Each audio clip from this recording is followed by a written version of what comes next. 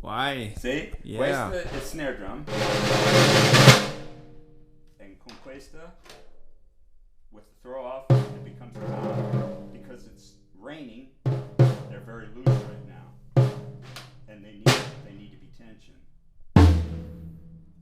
Wow. Yeah, see. But when the weather is right and they're tuned up well, they sound really. Now they're kind of.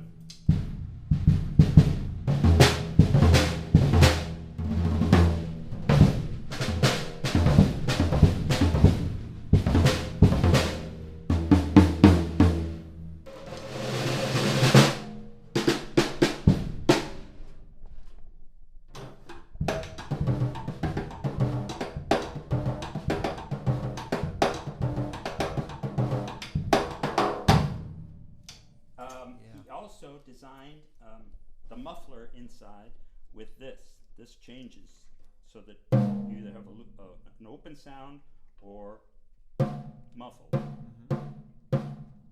And he put, I don't know if you can see that, but he put numbers so that if you found a setting that you liked, you could return it to that same number. Oh, I like number 2 or number 3 or number 4.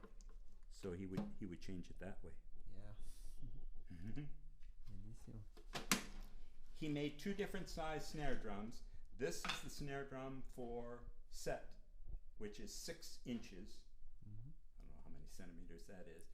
Then for a concert percussionist, he used 7-inch drums, and that's what the 2 black ones are up here.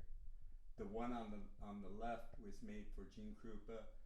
The one on the right was made for Arthur Press, who is the principal percussionist for the Boston Symphony Orchestra.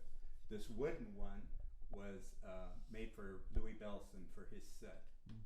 And there's a video on eBay of Louis playing this drum. So. Yeah. But for me, it's interesting that not many people know about Gladstone, about him being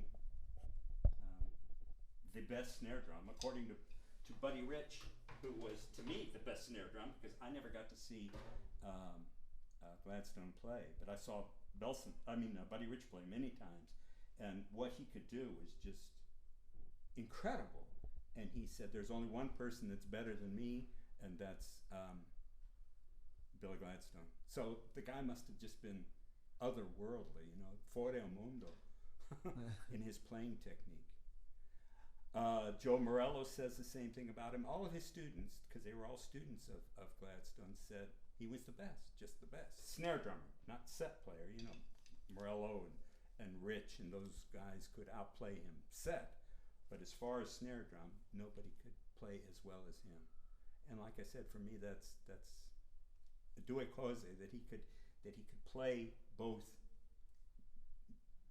play very well, and create a very unique snare drum is really interesting to me. Yeah.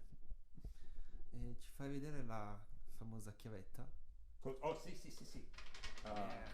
The key has a normal key has only one socket, but the Gladstone key has 3 sockets. This one, the number 1, to tighten the top, it just screws into the lug as a normal snare drum. With the number 2, which is like a regular key, it turns this upper part, which turns the bottom rod. And then the third one does both of them together, insieme. He always put a name tag on the drum for who he made the drum for. As I said, this one was his student Saul Leslie Bimo, but up there is Gene Krupa, Louis Bellson, Arthur Press, but he also made them for Morris Lang, who was with the New York Philharmonic, just for all the symphonic players in the 1950s. He pretty much made snare drums for. They all wanted his drum. And it's interesting because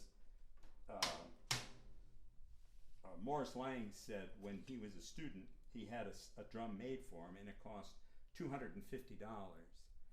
And all his colleagues said, why would you pay that much money for a drum? Because back in the day, the most expensive Ludwig drum was like $89 or $90. Why would you pay $250, more than double? And he said, because I want the best. You know, if I'm going to play with the New York Philharmonic, I want the best snare drum, as you know, people want in a Stradivarius. They want the best violin. You know, it doesn't make you a better player. You have to know what you're doing. You have to be a good performer. But a good performer can make these drums sound just incredible. Yeah. Un Yeah. genio. Yeah. Bene. Grazie Chet. Prego, prego. Ciao. Ciao. DrumsetMag. Bye. Bye. Speriamo. Ciao, ciao. Ciao, ciao, arrivederci.